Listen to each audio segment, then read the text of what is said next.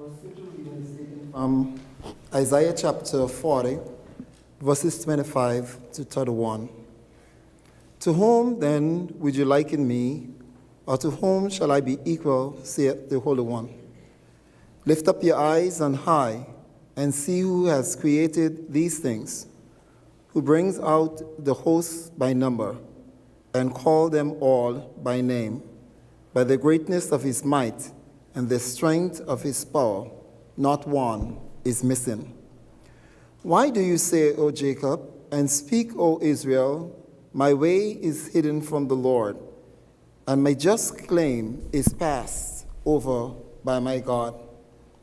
Have you not known? Have you not heard?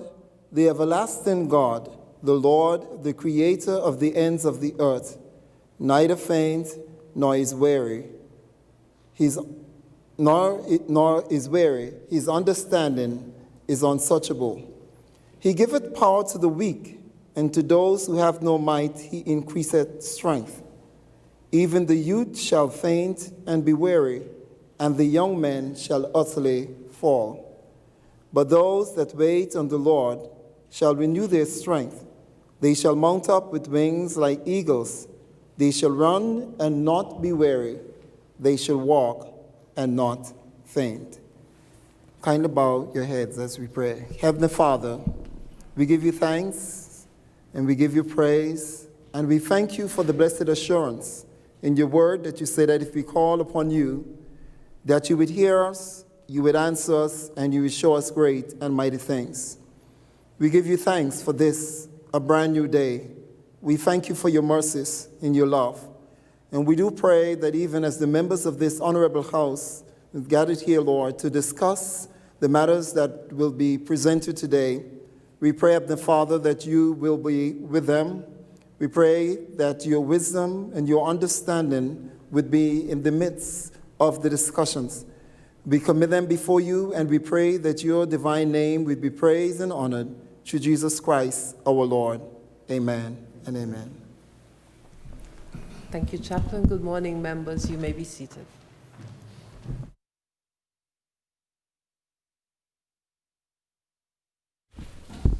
Confirmation of minutes.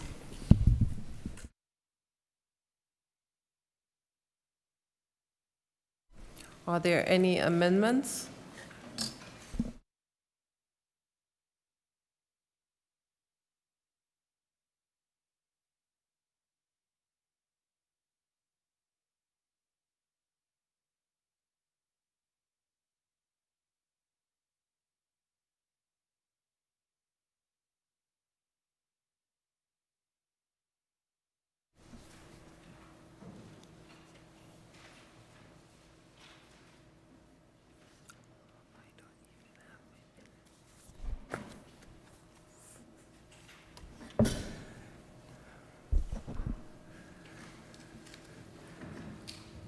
If there are no amendments, I put the question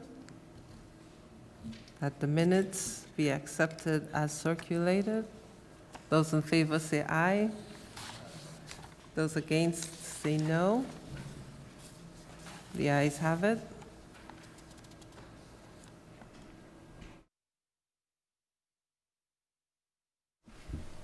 Oaths of allegiance to new members? None. Announcements by the direction of the Speaker? Thank you. I beg leave of the Assembly, requesting a moment's silence in memory of some of our stalwarts who have recently passed, namely Mrs. Teacher Verna Foy, Reverend Dr. Wycherley Gums, and Mr. Desmond Shine Richardson. Can we please stand and observe a moment's silence? That moment starts now.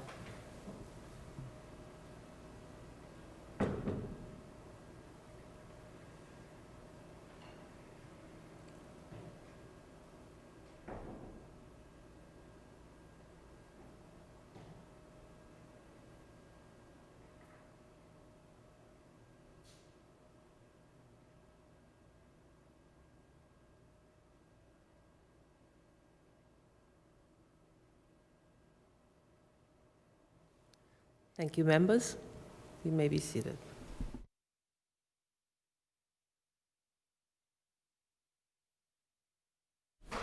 I will also give members an opportunity to speak to the lives and contributions of these loved ones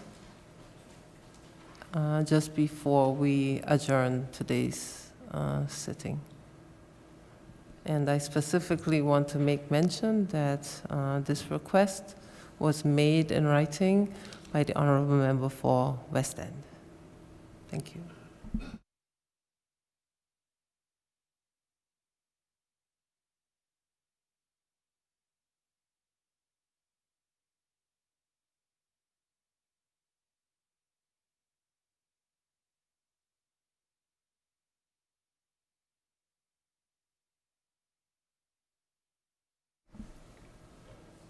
Honorable Deputy Speaker. Thank you, Madam Speaker. That is precisely what I wanted to alert the House to as of today. The matter with regard to my position as a Deputy Speaker, we are in talks with the Foreign and Commonwealth Office on how to rectify it, and the matter is well in hand and should be resolved shortly. So I just wanted to notify the House that we are sorting it out. Thank you, Madam Speaker. Thank you for the update. Papers, none. Reports from committees, none. Petitions, none. Government notices, none. Unofficial notices, none. Questions, none. Motions, Motion 4 of 2020-112 HOA, Financial Administration and Audit Remission, Gloria Fleming, Regulations 2020. Honorable Member for Island Harbor. Madam Speaker, fellow members of the Assembly, gallery, listening public, I beg to move the motion and be it resolved that under Section 16 of the Financial Administration and Audit Act, RSA CF 27, the House of Assembly approves the Financial Administration and Audit Remission Gloria Fleming Regulations 2020.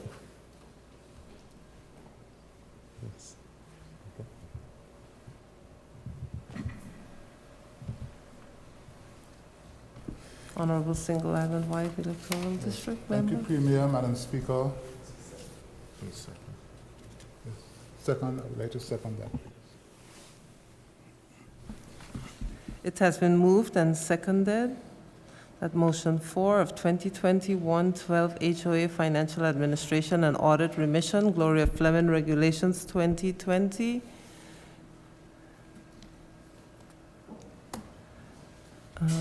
Be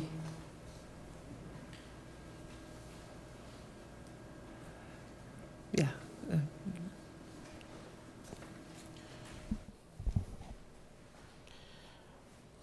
Madam Speaker,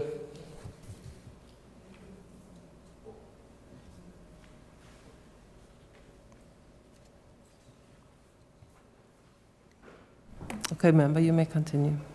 thank you, Madam Speaker. This motion, Madam Speaker, is a land matter which has been going on for a certain period of time, and we feel that, having met and discussed this as the in Executive Council, as the government of Anguilla, that it should be progressed. I would beg your permission to have the Minister of Home Affairs and Lands further elaborate on this. Yes. Thank you.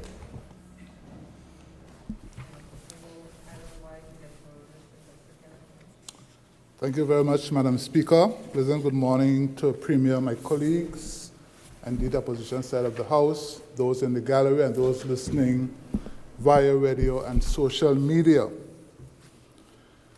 The property in this motion refers to lands owned by Mrs. Gloria Fleming, deceased, for property in Welch's Canifis area, situated in registration section East Central Block 89216B, described as parcel 264.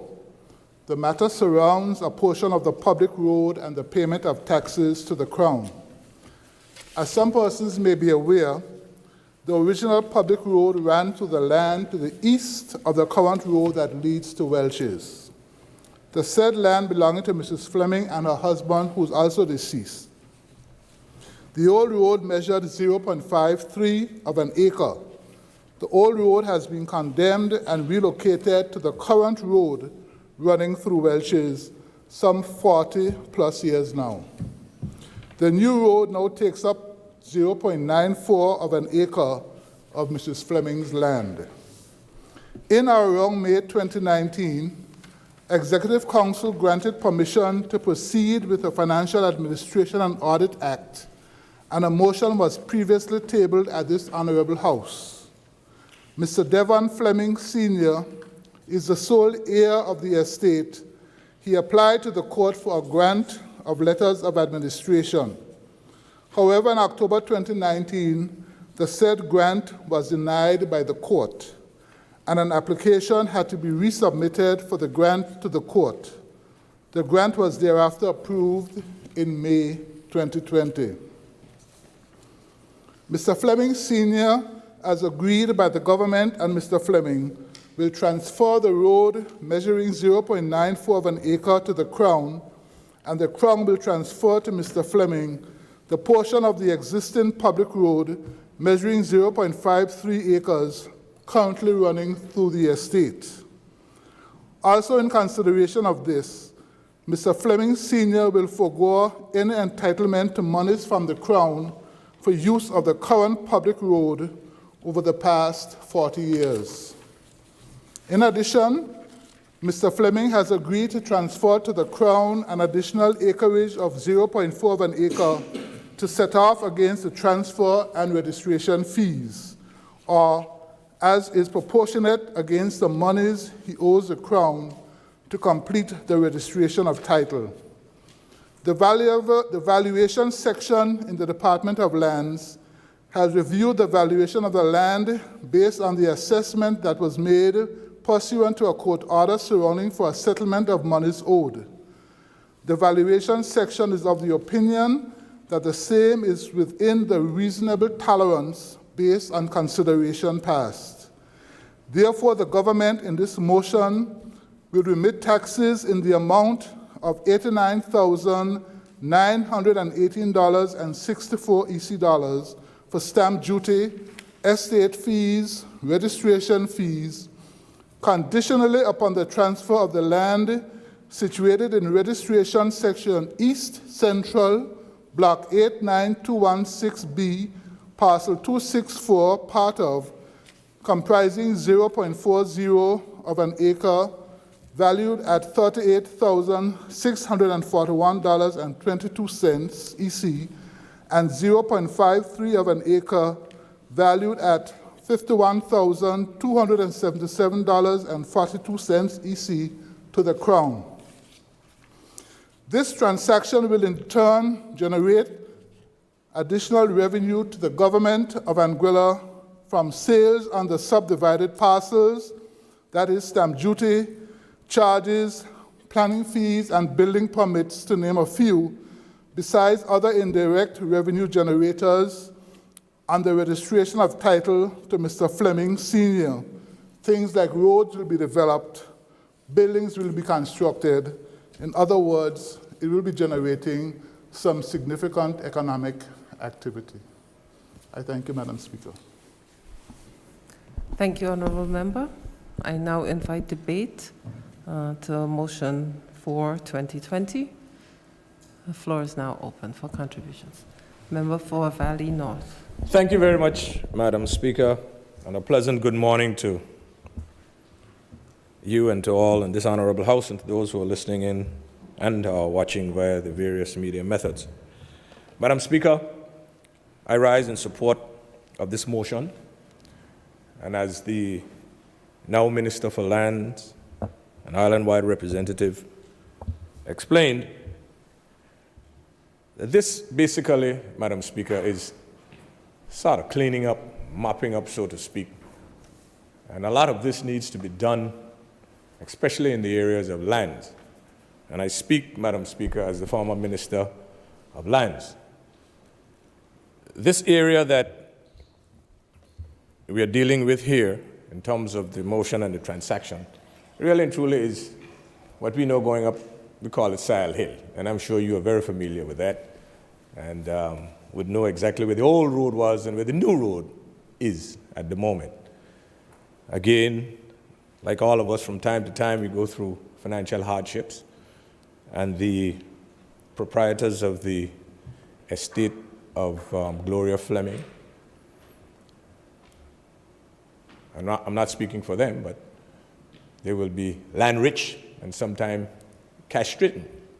And government has a responsibility to sort of swap out, lands and so on and so forth. So this really and truly is something that I'm sure this administration will see a lot of when it comes to land. And while I'm on my feet, let me thank the British government for the land information system, the upgraded and modernized land information system. And it will assist us because we know that land is very contentious here in Anguilla. Madam Speaker, I would also like to say that there are a number of other ministries, other portfolios that could benefit from this as well. Initially, we had started the process of discussions, even in the Ministry of Social Development, where the government of Anguilla, Madam Speaker, rightfully so, takes care of our senior citizens, and some of those senior citizens, Madam Speaker, would be the owners of land. I remembered a presentation I made to this Honorable House some years ago, where I said, in no uncertain terms, that if I have 20 acres of land and I have 5 children, I don't expect to leave the 20 acres of land for my 5 children and expect the people of Anguilla, which is the government, to take care of me. It is only fair and right that what I own should be transferred in lieu of not making payments when it comes to taking care of each other. And I would hope that this administration, would see it as part of their plank, as part of their responsibility to be able to do those sort of things. Because at the end of the day, it may be today for you, tomorrow for me. And it's a continuation that we must be able to do to help our people who are in need. And again, lands are very, very, very, very important. Lands for a government, as the new administration would realize that from time to time, even in major development and discussions, the exchange of lands is critical in terms of moving the country forward. So I have no issue in supporting this. It's an exchange of land in lieu of taxes and other remittance and so on and so forth. So it balances out, so to speak, Madam Speaker. And as the member rightfully indicated, that with this transaction, it opens up the possibility and the opportunity for further development. Because I can very well remember, Madam Speaker, being born and growing up in Shoal Bay, the east, there wasn't a road. And as a result of the road that my dear beloved father saw it at that time, we all thought he was crazy, to put a road in there. And the development that we have seen over the years and the value, Madam Speaker, of the property in Shoal Bay East would have risen exponentially as a result of that. So I'm always in support of these things, and where and whenever this Honorable House, the government, and this Assembly sees fit to support what is necessary in order to continue to move us forward. I just drove through Black Garden and those areas there that at one time, Madam Speaker, not even a donkey could take you through, and you can drive all the way through. And that's a beautiful area in the Welches area, Sile Hill area, where I'm sure that once there's access to the lands, that subdivisions will take place, and as a result of that, development of various homes and other things would result. So I stand in full support of this, Madam Speaker. Thank you, Honorable Member. Are there any other contributions? Honorable Leader of Opposition, Member for Sandy Hill. Yes, thank you and good morning to you, Madam Speaker, and to the other honorable members of this House and to the listening public. I too rise to support this motion in relation to these lands. And in fact, a number of the things that were mentioned by the member for Valley North are items that had come to my mind as well. In terms of Anguilla being a unique country, one of the few countries where the majority of the land is not owned by the Crown, but in fact owned by Anguillians in their individual right. And so that creates, of course, difficulties when it comes to government wanting to accomplish certain things that require large lots of land, things such as affordable housing for our people. And so in a time where, and a place where Anguillians may be land rich, they may be money poor in certain circumstances. And so I believe that it behooves the government of Anguilla to be able to find and accommodate ways in which we can allow persons to continue to survive, whether it be personal needs, urgent needs that need to be addressed. And so a motion like this, and I recall something similar coming to us during our term in office, and the House at the time, again, fully supported it because it allows land that would not otherwise be able to be freed up and to be fully utilized. And I also want to thank the member for Valley North for identifying one of the beautiful areas of District Number 2, as he would have earlier mentioned. It is not often that I hear him compliment District 2, and so I appreciate those words. And so, Madam Speaker, I give full support to this motion. Thank you. Thank you, Honorable Member. Are there any other contributions? If there are no other contributions, I now invite the mover to respond, please.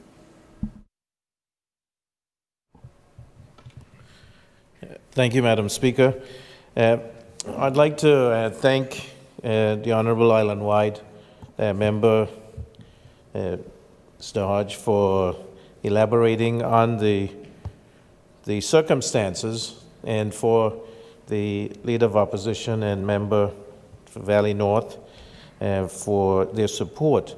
I think it is incumbent upon us to understand that these situations, where there are certainly many of them that seem to now be raised as we have gone out to meet the people in Anguilla, we see that there are roads that are,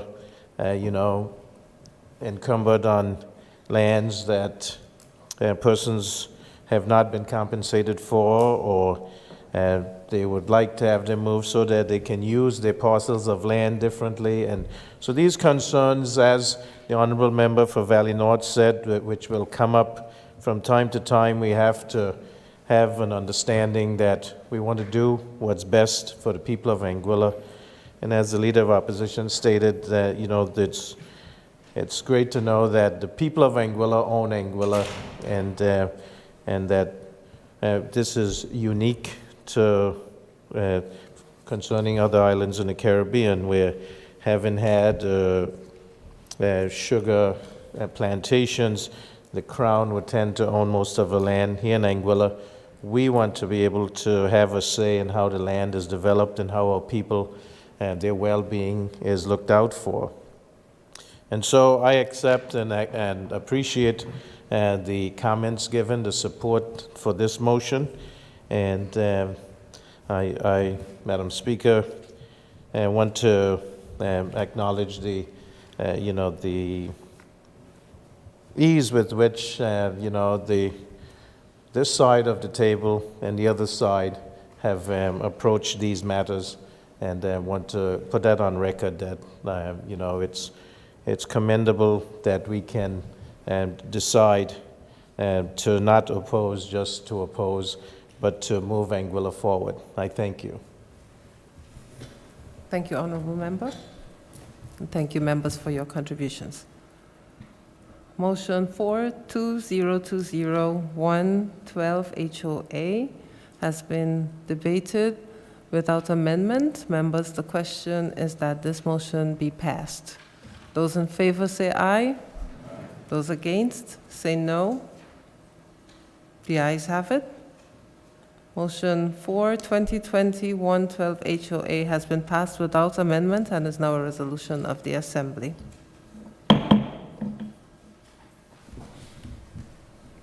Other business, government business. A bill for supplementary appropriation 2020, number 2 Act 2020, second reading.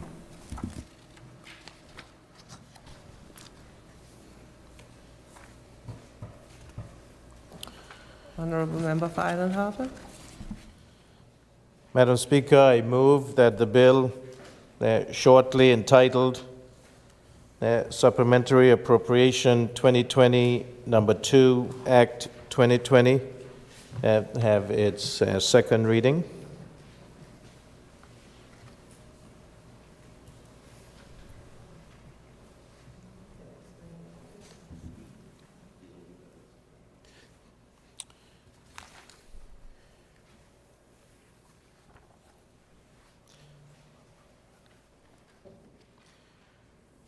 Madam Speaker, the object of this bill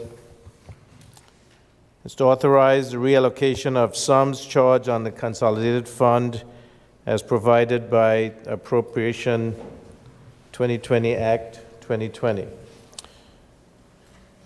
I'd like to say that to those members in the House, the opposition, gallery, those listening, that today we debate and approve the Supplementary Budget Appropriation Bill number 2 of 2020. And I'd like to acknowledge the presence of Permanent Secretary and Ministry of Finance, Ms. Kathleen Rogers. And this has been the case that when we have bills that are put into different ministries, that the permanent secretaries attend. As previously we had the permanent secretary in the Ministry of Health, Mr. Foster Rogers, Chief Medical Officer, Dr. Andrew, were here on previous sessions. I'd like to discuss the context and reason for this supplementary appropriation bill. Madam Speaker, the 2020 budget was presented, debated, and approved in this Honorable House on the 22nd of April 2020 and assented to on the 24th of April 2020. Subsequently, a supplementary budget was approved on May 7th and assented to on the 12th of May in order to accommodate movement of funds to finance COVID-19 revenue losses for statutory bodies, temporary government income support scheme, and the transfer of temporary Anguilla Social Security Board income to government. And this was done by the previous administration. Madam Speaker, my administration is here today with a second supplementary appropriation bill, mainly to facilitate expenditure adjustments to more accurately reflect the COVID-19 financing needs. This includes correcting funding issues inadvertently created during the first supplementary. Hence, resources across government ought to be reprioritized against the current needs. Including this adjustment, is an additional $1 million allocation to reflect the extension of the underemployment public assistance program.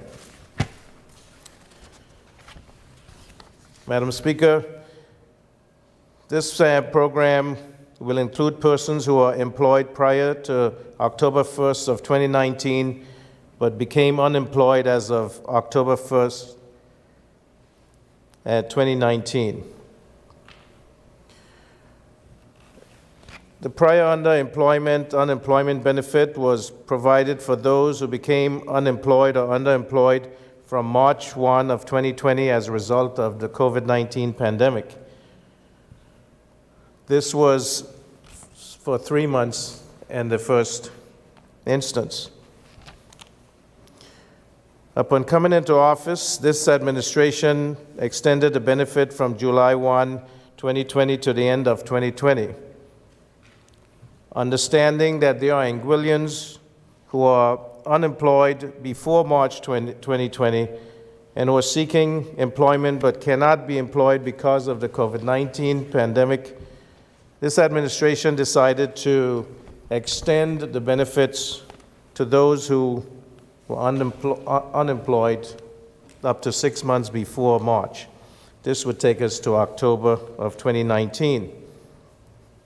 The benefit will be paid at the rate of $800 EC per month from April to June of 2020 and $1,000 EC per month from July to December of 2020.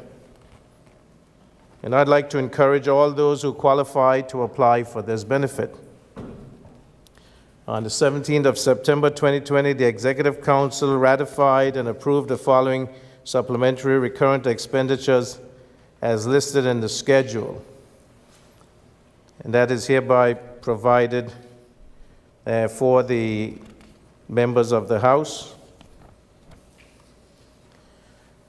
I'd like to comment briefly on the ministry's adjustments and the schedule, and therefore allow any of the ministers to have the chance to elaborate from their specific ministries. First, His Excellency the Governor and departments, overall projected underspend of $1,363,205 in this portfolio is mainly due to reduced spending in the training account. Additionally, the police department will incur overspends of approximately $800,000 due to outstanding forensic costs of $200,000, pathologist costs due to increased sudden deaths and COVID-19 related expenses. Ministry of Home Affairs. The overall shortfall of $645,859 in this portfolio is a result of both shortfalls and savings in the ministry's budget. The Education Department was most impacted as it had to deal with COVID-19 related payments. The Ministry of Finance. The projected underspend of $5,269,674 in this portfolio, primarily due to the underspends and the unemployment public assistance program in the ministry's budget. Ministry of Social Development. Overall projected shortfall of $4,402,827 is mainly as a result of funding required to finance COVID-19 related quarantine expenditures from this ministry's budget. We must understand, Madam Speaker, that the Ministry of Health was included with the Ministry of Social Development in the 2020 Appropriations Act. Ministry of Infrastructure. This projected underspend of $3,774,298 is mainly due to unclaimed revenue losses from the Water Corporation of Anguilla. However, this underspend is being reviewed very carefully, and it may be a deficit loss rather than a revenue loss.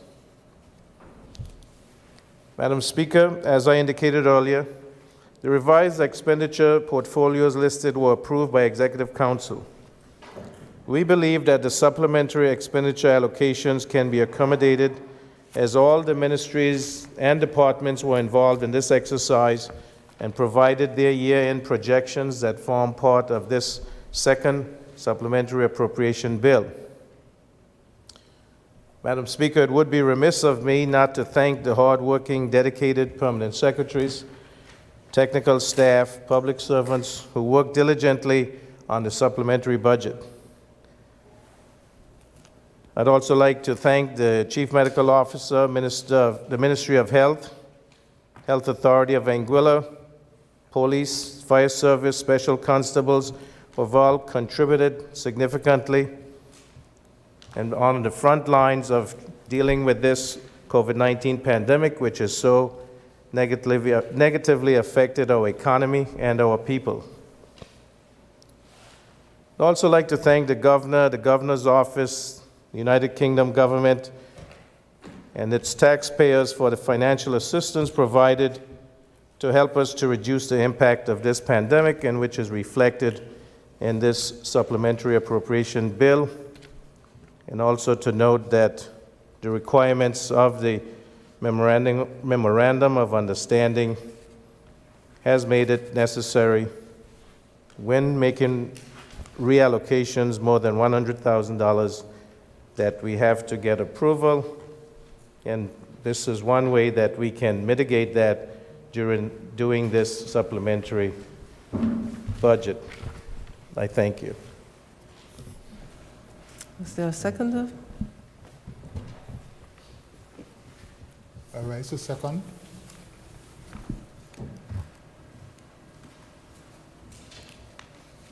Thank you, honorable members. The Supplementary Appropriations 2020 Number 2 Act 2020 bill has been moved and seconded. I invite members of the Assembly to now make contributions on this bill. The floor is now open for contributions.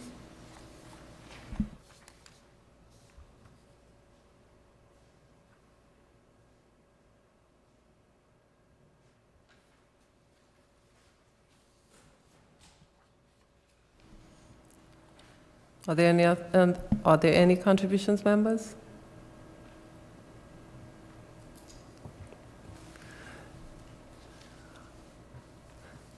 Thank you, members. I invite the mover to continue.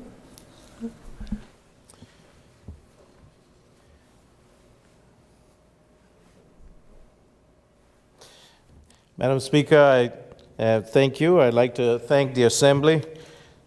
I guess my presentation was very clear, or maybe it's just that in this time of the COVID-19 pandemic, we all understand that these things are necessary to continue to move government's business forward and get the people to where they need to be. I want to reiterate that the unemployment, underemployment benefit assistance program is still ongoing, and that it has been extended to those who have not been working since October 1 of 2019. Qualifications are they must show that they have been trying to get a job, and because of this pandemic, they are unable to be employed. And we know that extends to many of our hospitality workers who have been so negatively impacted by this, and including the hotels, restaurants, and other affiliated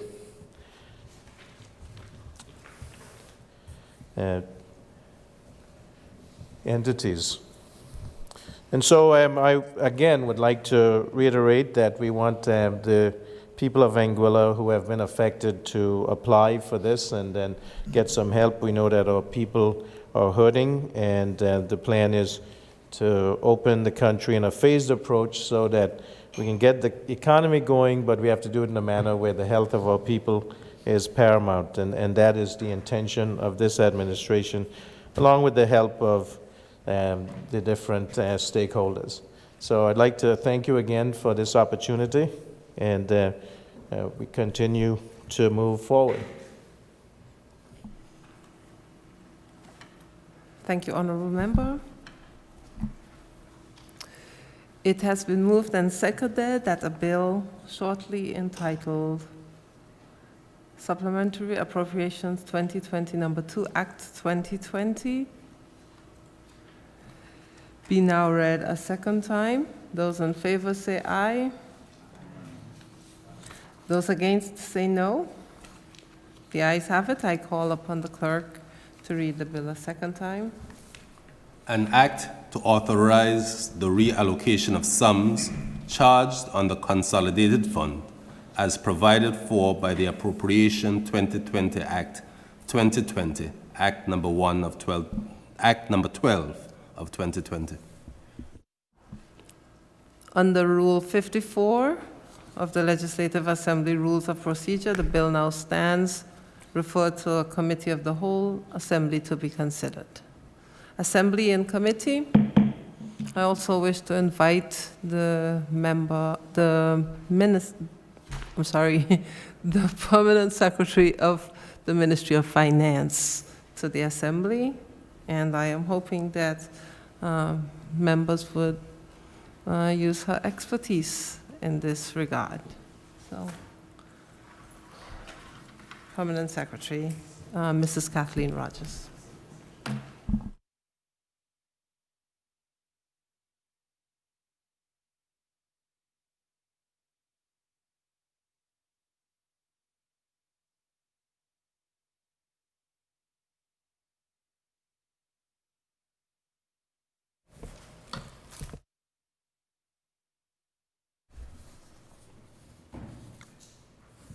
Clause 1.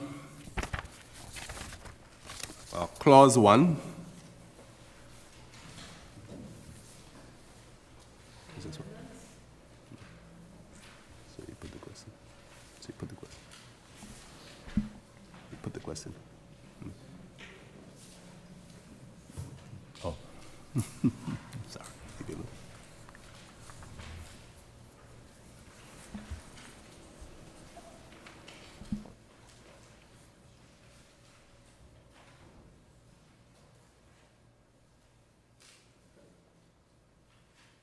I put the question that Clause 1 do stand part of the bill. Those in favor say aye. Those against say no. The ayes have it. The title? Put the question that the title do stand part of the bill. Those in favor say aye. Those against say no. The ayes have it. The enacting clause? Put the question that the enacting clause do stand part of the bill. Those in favor say aye. Those against say no.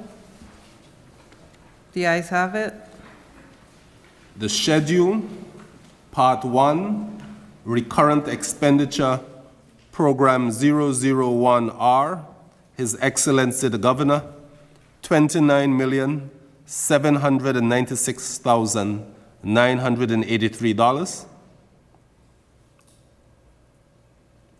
Program 350R, Ministry of Home Affairs, Labor, Immigration, Information and Broadcasting and Education, $38,766,036. Program 450R, Ministry of Finance, Economic Development, Investment, Commerce, Tourism and Information Technology, $95,906,486. Program 550R, Ministry of Social Development, $50,748,430. Program 650R, Ministry of Infrastructure, Communication, Utilities, Housing, and Natural Resources, $26,255,741. Total recurrent expenditure, $473,676.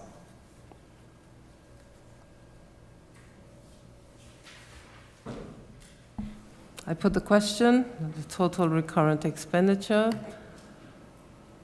in the amount of $241,473,676 do stand part of the bill. Those in favor say aye. Those against say no. The ayes have it. Part 2, Capital. Program 001D, His Excellency the Governor, $0. Program 350D, Ministry of Home Affairs, Labor, Immigration, Information and Broadcasting and Education, $4,800,000. Program 450D, Ministry of Finance, Economic Development, Investment, Commerce, Tourism, and Information Technology, $7,217,875. Program 550D, Ministry of Social Development, $70,000. Program 650D, Ministry of Infrastructure, Communications, Utilities, Housing, and Natural Resources, $3,430,000. Total capital expenditure, $15,517,875.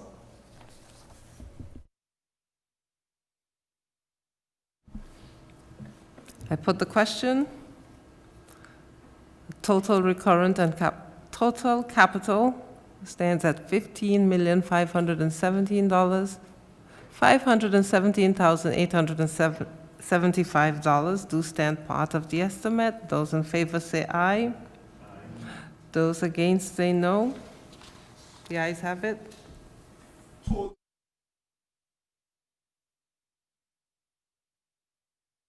$6,991,551.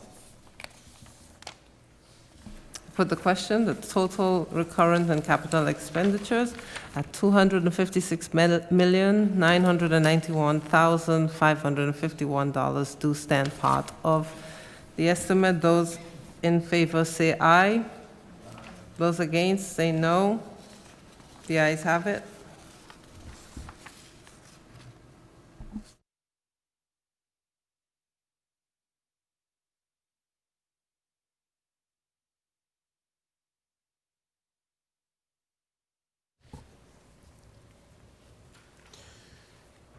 Madam Speaker, I beg to report that the bill shortly entitled Supplementary Appropriation 2020 Number 2, Act 2020, has passed through committee without amendment and is ready for its third reading.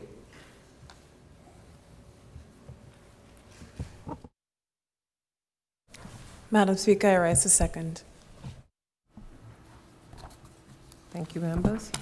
Bill for Supplementary Appropriation 2020 Number 2, Act 2020, third reading. Bill read a third time and passed.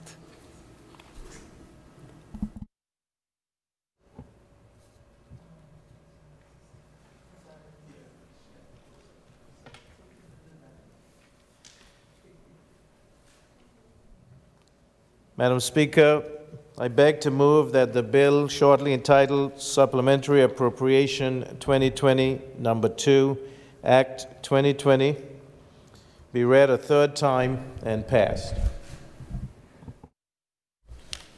Madam Speaker, I rise to second. It has been moved and seconded that a bill entitled Supplementary Appropriation 2020 Number 2, Act 2020 be now read a third time and passed. Those in favor say aye. Aye. Those against say no. The ayes have it. I call upon the clerk to read the bill a third time. An act to authorize the reallocation of sums charged on the Consolidated Fund as provided for by the Appropriation 2020 Act 2020, Act Number 12 of 2020. Bill read a third time and passed. A bill for Vehicles and Road Traffic Amendment Act 2020, second reading.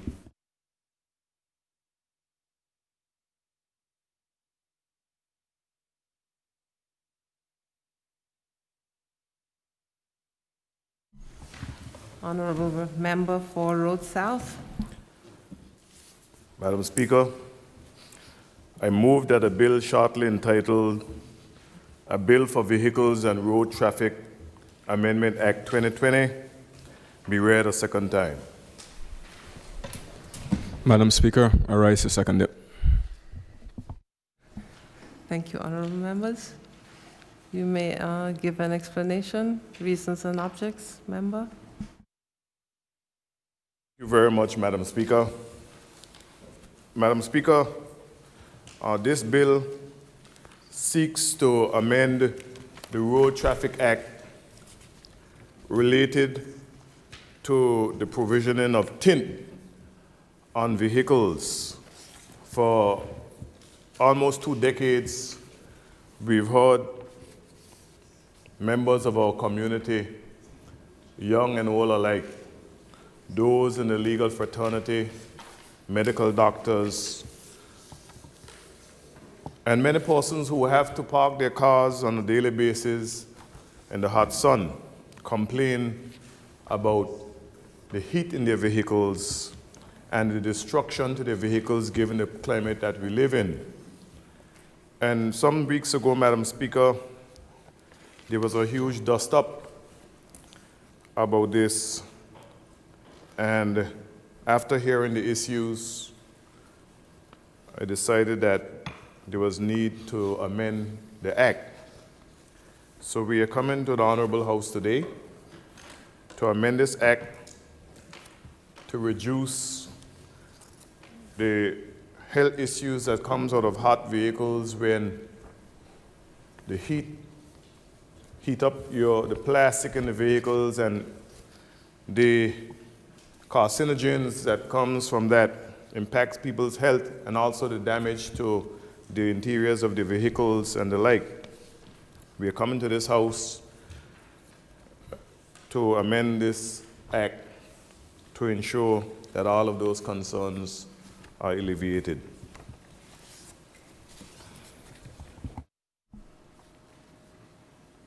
Thank you, member.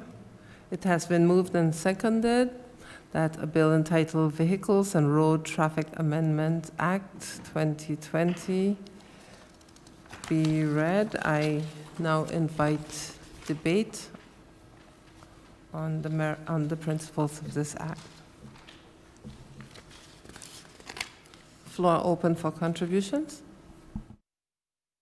Honorable Single Island-wide Electoral District, Mr. Jose Vanterpool. Thank you, Madam Speaker. Madam Speaker, in light of the environment that the House has been operating today, as the Honorable Premier would have alluded to, in terms of mutual cooperation, I would like to first of all start off by thanking the Honorable Member for Road South for doing his part in bringing this bill across the finish line. This is a bill that has been long anticipated and awaited not only for myself, but for several members in the community, particularly amongst the youth. As the Honorable Member would have alluded to, there are several persons who, whether it's due to their job or otherwise, are forced to leave their vehicle out in the sun, exposed to the elements, which has a lot of concerns, specifically for health. But there are some other issues that may not have been clear to perhaps maybe the older demographic in society as to why this was such a major issue for the youth. And speaking to the youth, they view this as a win for several reasons. We're growing up in a financial climate right now, or we're existing in a financial climate where things are not as good as they used to be. For several young persons, including myself, who are fortunate enough to have been able to save and put aside and purchase a vehicle, our personal vehicles tend to be our most significant and substantive investment. So we don't necessarily look at tint as just a means of we want it. Like any well-versed business person, we're looking for ways and means of securing our investment. Because to the person who may have a house, apartments, a vehicle, or changing a vehicle may be no big deal. But for us who are striving, working hard to be able to get out of our parents' houses, build our own houses, or even to secure a piece of land, protecting the investments such as our personal vehicles so that they don't degrade to the point that we have to replace them, inducing further expense, is something that we significantly look forward to. So we definitely count it as a win. I remember speaking to one young gentleman when we were going through the public consultation. He never had tint applied to his car, but in short time, it became a very significant issue for him. So out of curiosity, I asked him why. All of a sudden, why is this such a big deal? And he relayed to me that he had just had his first newborn child, and that the heat inside of the vehicle, even when transporting the child, is too much. Now, this was a hotel worker, and they were fine dealing with the heat, driving from the east going to the west every day. But Madam Speaker, I too, prior to COVID, was a hotel worker. And I can attest that having to deal with that evening sun every day in that George Hill traffic when you're going down on that western stretch, I know several of my co-workers who suffer from headaches from being exposed to such extreme sunlight. So once again, it's a joyous day to see this bill finally brought to the House. There are several persons I would like to thank for their involvement in this process. I would like to thank the Commissioner of Police, first of all, for giving a listening ear to the public, and in fact, he was very supportive of this project. I'd also like to thank, by extension, the Traffic Department, as well as the Traffic Commissioner.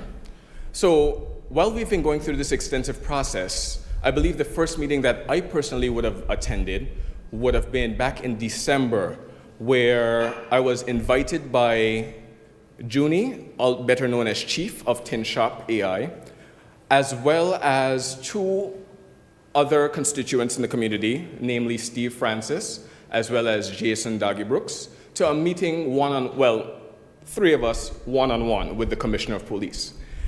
During this initial meeting, we reviewed not only the tint laws here in Anguilla, but what are the norms what are the regulations in different parts of the world. We considered legislative bodies such as the United States and such as the United Kingdom, with the United Kingdom apparently making more sense seeing that our laws are based off of them and we're a British overseas territory. But there were significant further considerations that had to be made before we arrived at the limits here. For example, on the front windscreen glasses, the limit right now is 35%, whereas in the UK, if I remember correctly, the legal limit is 70% for the front glasses. But then we had to also think of all of the different environmental factors. Here in Anguilla, we're exposed to significantly more sunlight than they would be in the United Kingdom.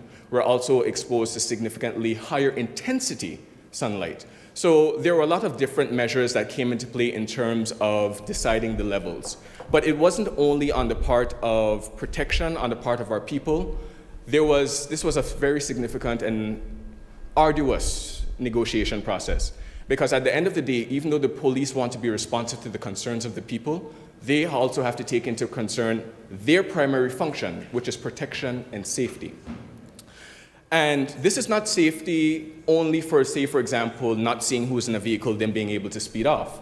It's also for road safety, making sure that whatever limits are applied to a car, they make it visible for a driver to be able to see pedestrians on both sides, whether it's safe for a driver with the proposed tint limits to be able to see through the rear glass. So it was a very extensive process, and one that I want to also thank the people of Anguilla for being very involved in and for being very patient with, because it has been an ongoing process. Part of the public consultation involved Tint Shop AI actually tinting out one of the police vehicles as a concept, because we figured if we throw out just the limits, people wouldn't be able to readily understand it, but they'd be better able to understand what they see. So the police drove around one of these vehicles. We were able to get further feedback from the community before arriving at these limits. So I want to thank everyone for their participation. I would especially like to thank the police department for being somewhat understanding, especially they were able to relax the laws at a time where they knew that we were working on it, but it was a bit uncertain. And I think the resurgence that the Honorable Member for Road South would have would have referenced earlier would be in relation to the fact when the police put out a notice saying that they were going to start reinforcing the prior regulations because the changes were, in fact, at the time, not yet made law. So again, I'd like to thank the Honorable Member for Road South and his ministry for moving rapidly to this and for seeing that we have finally put an end to this matter. Before I sit, I would like to speak to the youth of Anguilla. Today is a win for us. But throughout this entire process, we have seen time and time again people taking an inch and stretching it for a mile. Part of what happened in these regulations was coming to a neutral bargaining ground, meeting the needs of the people, as well as the duties of the police and the safety of the entire community. I ask that the youth please abide by these limits. These are more than fair, and we have come a long way from where we originally started. There is no need for persons to be driving around with their front windshield fully tinted, for example. I ask that they please stick to the limits defined in the legislation, and while the limits were lowered, I would also like to highlight that the penalty was doubled. So anyone found violating these limits is subject to a fine of 10,000 EC dollars. It's $60 to apply the tint, it's $10,000 to pay for breaking the law. Please stick within these limits. Once again, I would like to put my full support behind this bill, as I'm happy to see it finally brought to the House. Thank you, Madam Speaker. Thank you, Honorable Member. Are there any other contributions?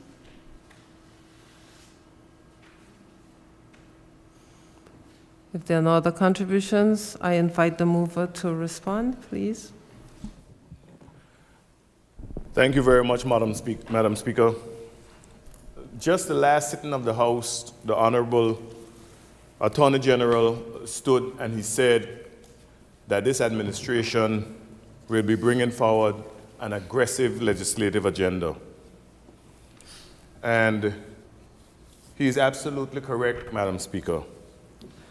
And we have always said that a policy and legislative agenda, good policy makes for good governance, and a great legislative agenda that takes into consideration the cultural norms, the environment in which we live, and this need for modernization is good practice. And while we were on the campaign trail, we made a number of promises, Madam Speaker.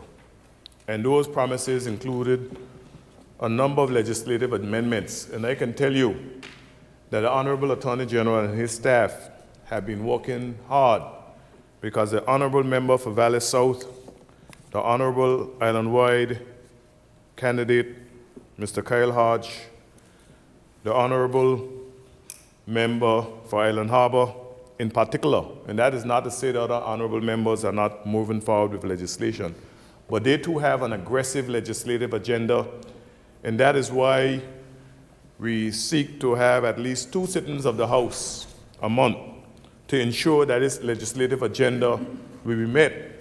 Because one of the things, Madam Speaker, that we realized and appreciated is that the economy was not doing well during the election campaign, and we know that COVID-19 will have a significant impact on that. So we were very measured in our promises. And some of the things that we promised included transparency, accountability, policy initiatives, and legislation. And as I said, for many years, we've been hearing about tint. And I myself have a vehicle, Madam Speaker, and that is, the glasses are very dark, and I asked the police to check the glasses, and it was 13%, Madam Speaker. And if you look at the present legislation, you realize that 13% is violating the laws of Anguilla. But because it is factory, it is allowable, and my vehicle can traverse the roads of Anguilla. And an individual who applies 35% on their vehicle, Madam Speaker, ran foul of the law. And when I saw persons talking about this tint situation, I immediately sprung into action, Madam Speaker. I called Chief, and I called other members of the tint fraternity. And I called the Commissioner of Police and I said, I want to meet you tomorrow, Madam Speaker, 1 p.m. tomorrow. And the Commissioner of Police facilitated that meeting within 1 day. And we went up to the Commissioner of Police and I said, Commissioner, I know some time ago you did a photo op earlier in the year about tint. But I also recognize that you must uphold the law. And I've heard your dissertation on radio admonishing persons to ensure that their tint falls within the law. And a lot of people were critical of that. And they were even critical of the government. And I want to say that government, members of parliament are the lawmakers, but they're not the ones who enforce the law. Once laws are made, it is those entities such as the Royal Anguilla Police Force and other entities across government which enforce those laws, not the ministers of government. I've never seen a minister of government standing by the side of the road with a speedometer, or whatever you call it, speed meter, checking vehicles for speed limits. I've never seen ministers of government with some sort of device to check for sound amplification along the sides of the road. And likewise, I've never seen a minister of government standing on the side of the road checking for your tint. So when government makes laws, and I want to say it was the former Anguilla United Front administration that imposed this tint law that so many people have been critical of, including the legal fraternity. And when they make the laws, it is not them to police the laws. And so when I hear people criticizing the government about the insistence that they must adhere to the law by the Royal Anguilla Police Force, all of those things made me jump into action. And Madam Speaker, I must say that those persons who sat around the table at the conference room of the Royal Anguilla Police Force, including the Commissioner of Police himself, and my great and wonderful permanent secretary, Mr. Karim Hodge, and others, it was a beautiful meeting, Madam Speaker. There was no acrimony whatsoever. It went along very smoothly. People agreed. And so we came to an agreement in short order, Madam Speaker, because the Commissioner of Police, he had another engagement at 2 p.m. So imagine meeting at 1 p.m. and before 2 p.m., we could go back and we could give instructions to the permanent secretary to prepare paper for the Executive Council for passage. And we took this paper to the Executive Council, Madam Speaker, and my colleagues, I must thank them, the Honorable Premier, the Honorable Island-wide candidates, Mr. Kenneth Hodge, Mr. Kyle Hodge, and Ms. Quincy Gomes-Marie, along with other members of the Executive Council, the Honorable Member for Valley South, and the Honorable Ministerial Assistant, who also sat in the Executive Council that day, gave full support, along with the Deputy Governor and the Attorney General, for this. And in short order, we were able to come to the House earlier this week, Madam Speaker, and lay before the House the first reading. And just a few days later, we are coming to the House to have this passed and hopefully signed by you at the end of this House and sent down to Old Tie, where Mr. Tim Foy, the governor, will assent to this bill, Madam Speaker. And it shows you, Madam Speaker, that once you have the will to get things done, it'll be a lot more than a photo op, Madam Speaker. It'll be putting the work and then ensuring that this bill comes to the House for passage. So you will see a lot of this, Madam Speaker. We come into the House to ensure that we have bills that reflect our particular circumstances here in Anguilla. And I want to go over the bill, because it's a short amendment, Madam Speaker, and I need to go over the bill because people need to be clear as to what it is. So, this amendment, Madam Speaker, known as the Vehicles and Road Traffic Amendment Act 2020, it will allow for the front windscreen to have at the top a strip of tinted glass of any degree of light transmission not exceeding 1/6 of the size of the windscreen measured from the top of the windscreen. from the inside, 1/6.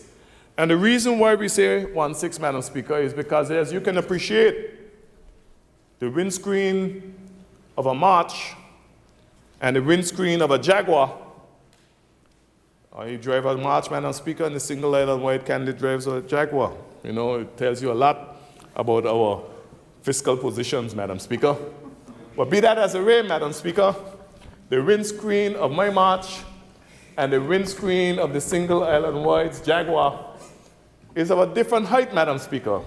And so, in order to lend to fair play, we said 1/6 of the length of the glass in that carried.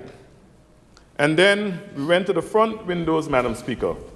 And it says, and I quote, "The front windows may have affixed on them any film, tint, or obscuring device by a process of application as to allow a minimum of 35% visual transmission of light through the windows."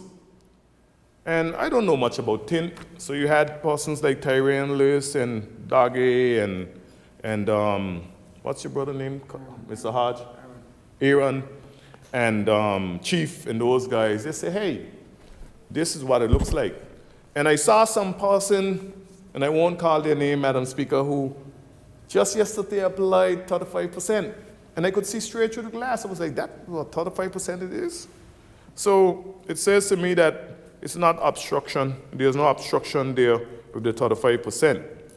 And the rear windows may have affixed on them any film, tint, or other obscuring device by a process of application as to allow a minimum of 15% visual transmission of light through the windows.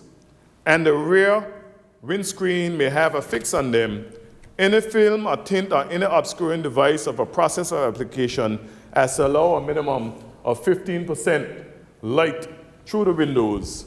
And 2, graphics. So if you want to advertise your business, like the Anguilla, graphics not exceeding 6 inches in dimension measured from the top of the windscreen. And I want to say that again, because the single-letter word candidate made it clear. Graphics not exceeding 6 inches in dimension from the top of the windscreen. Because we see a lot of persons having the graphics in the middle and the bottom of the rear windscreen and so forth. And I'm admonishing you today, please take it off and put it at the top, not exceeding 6 inches, because as the single island white candidate stated, you are no longer subjected to a $5,000 fine, but a $10,000 fine. And I don't think that you want to spend $10,000 in fines for just being rebellious. You just don't want it. And I know that you can't run to a guy who drives a March to pay that fine for you. You may be able to go to someone who drives a Jaguar, but definitely not a March, Madam Speaker. So please adhere to the law. This is 20 years in the making, Madam Speaker, and we have been able to get it done in less than 3 months. And at the end of the day, we were elected to this chamber to get things done. And get things done we shall. Because on this side of the divide, and I shouldn't say divide, because as you can see, Madam Speaker, today, the House is moving in a spirit of mutual cooperation. So on this side of the stone that is laid before me, you have a team that is, I have never worked as part of a team like this before, Madam Speaker. And this is my second go around in government, and we know between 2000 and 2010 and 2015, we have many battles within and without. But this team, Madam Speaker, I'm so proud to be part of, because we not only spend a lot of time in office together, Madam Speaker, we spend a lot of time outside of office, because we just can't be apart, Madam Speaker.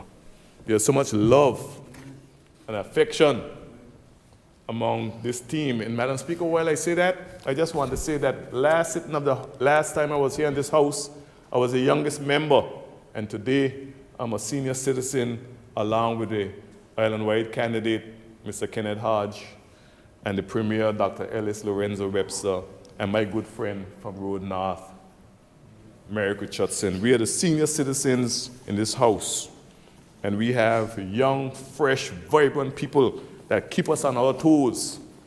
And we are very happy and proud to be working with these brilliant young people, Madam Speaker. So again, I want to thank you, Madam Speaker, for allowing me to speak a little bit on this bill. I want to thank the single island wide candidate for lending his support. And I know you'll be supporting a lot of things that we come to this house with. And it makes you wonder, Madam Speaker, why they're sitting over there when they support. But anyway, be that as it may, Madam Speaker, we will continue to work in the spirit of cooperation, and we will continue to come to this house week, month after month, bringing bills to this house that will help the people of Anguilla and generate business, because now those persons who apply tint will have some real business. I just want to place on record that I will be seeing one of you this afternoon. So if you want to bid for my business, find me and give me a hefty discount, because persons who drive marches, Madam Speaker, does not have the same financial wherewithal as persons who drive Jaguars. Thank you, Madam Speaker. Thank you, honorable members. It has been moved and seconded that a bill shortly entitled Vehicles and Road Traffic Amendment Act 2020 be now read a second time. Those in favor say aye. Aye. Those against say no. The ayes have it. I call upon the clerk to read the bill a second time. An act to amend the Vehicles and Road Traffic Act, Revised Statutes of Anguilla, Chapter V10. Under Rule 54 of the Legislative Assembly Rules of Procedure, the bill now stands referred to a committee of the whole assembly to be considered. Clauses 1 through 4. Assembly in committee. Clauses 1 through 4.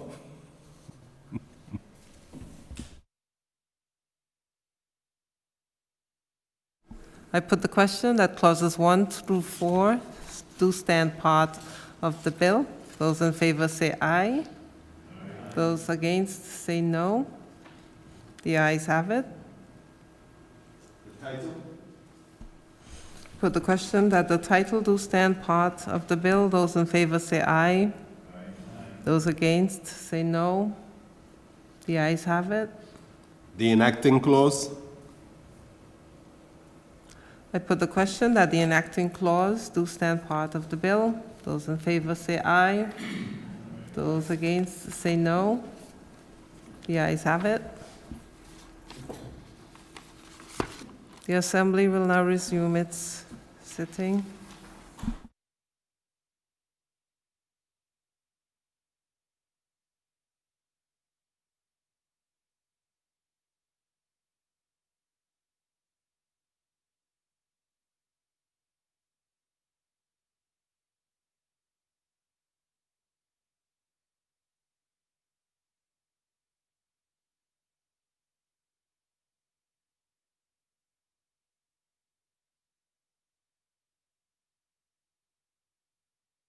A bill for Vehicles and Road Traffic Amendment Act 2020, third reading.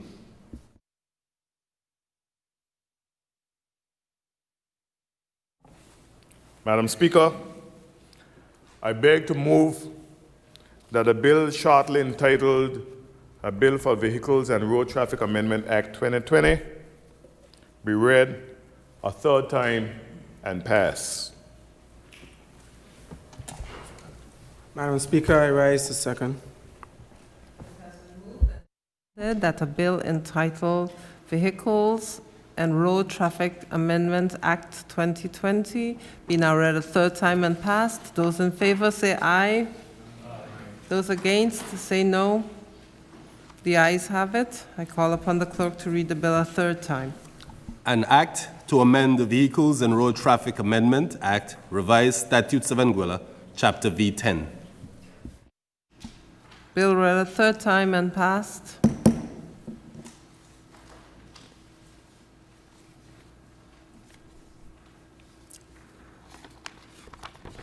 As promised, I now invite members of the Assembly to extend condolences to our stalwarts of the Anguillan community who have passed recently.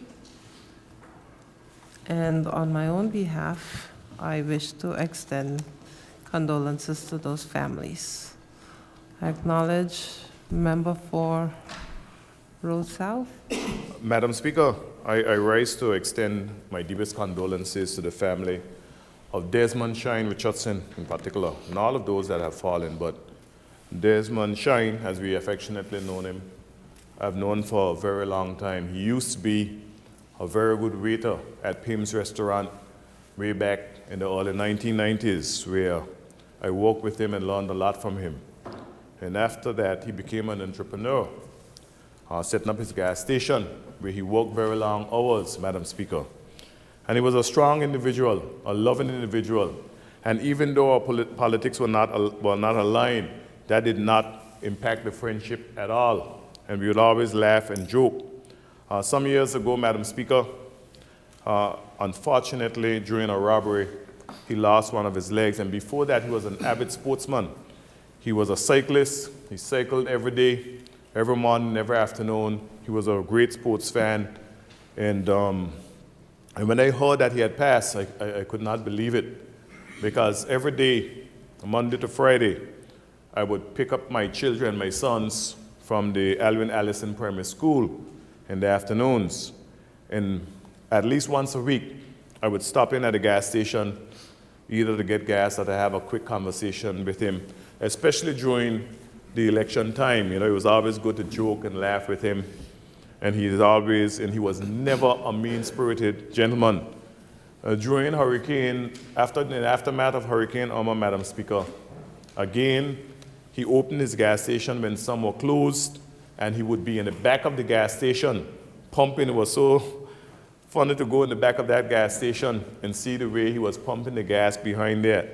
And even though he lost one of his legs, and never dampened his spirit, Madam Speaker. He was always upbeat. He never complained, and he was always out there to serve. So I just, on behalf of myself and my family, I would just like to extend the deepest condolences to the Western community, the Long Bay community, the Cove community, Meads Bay community, and to the family of Desmond Shine Richardson. Thank you, Madam Speaker. Thank you, Honorable Member. I acknowledge the member for West End. Thank you very much, Madam Speaker. I want to thank the member for Road South for reading my script. But on a serious note, I thank you for those words that you mentioned about Shine. Madam Speaker, it's been a tough couple of weeks. We've lost some very special people here in Anguilla. Sudden as well. I think it's a case of, if you know someone's sick, you kind of accept the fact that inevitable will eventually happen. But when it suddenly happens, I think all of us fall into shock. For the family and friends of the Reverend Richard Lee Gums and Verna Foy, Miss Marriott Richardson, who passed recently as well from West End, and many others who would have passed in recent times. I offer condolences to them.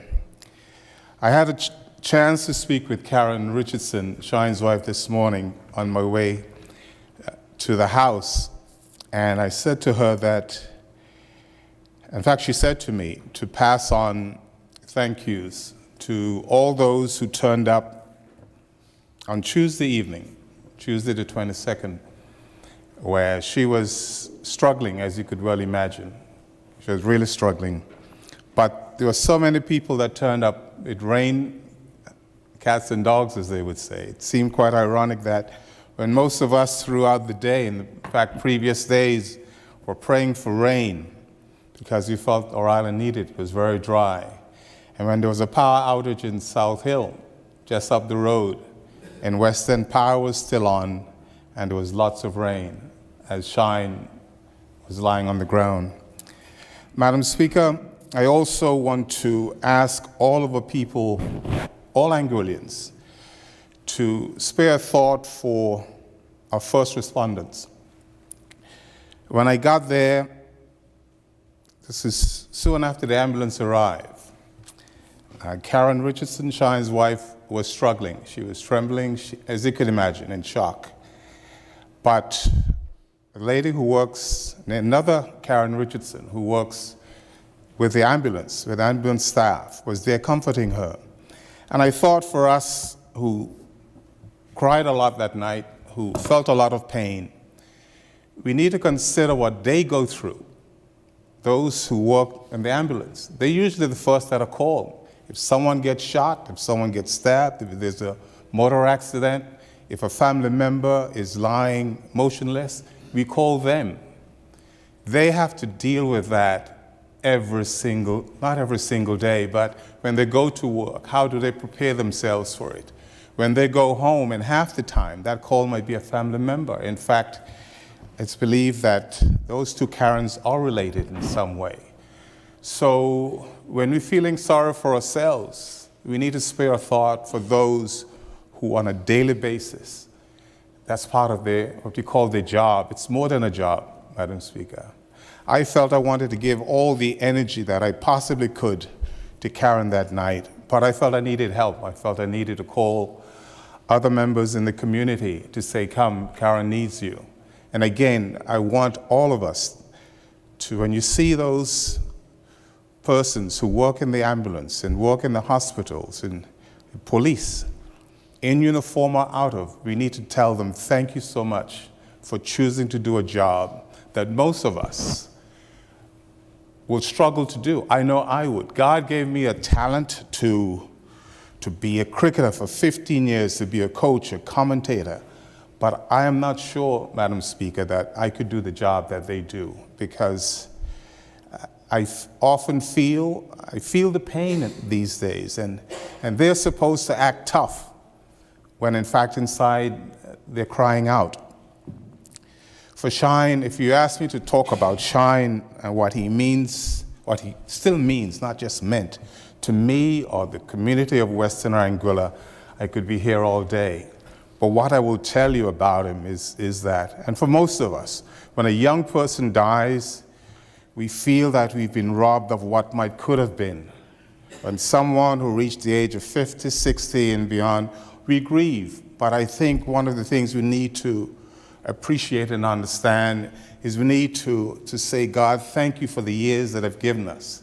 And that is what helps me when I'm dealing with Shine, because growing up with him back in the 60s, in the early 60s, and then being able, when I came back home in the early 90s, I've spent the best part of 4 to 5 years with Shine. I knew how hard it was for him growing up. He lost his father when he was very young. But what I love about Shine and was that his father, Ezra Richardson, some call him a prophet, some in the fact that he said back in the 60s, and my colleague here would appreciate this, as to how profound that statement would have been back then, that West End would become the town of Anguilla. And back in the 60s or 70s or even up to half of the 80s, most east of what is a stoplight now in Long Bay, people came to West End 1 day a year to pick out cocoa plums, go to Bees Bay Beach for the dance hall or boat racing. But today, and we're hoping very soon that more and more can continue to make that trek from Island Harbor, East End, all the way to West End. And I believe that that was part of the inspiration for Shine, that he wanted to fulfill that prophecy that his father said that West End will become the capital. Because he was challenged. He was robbed 3 times, twice by guns.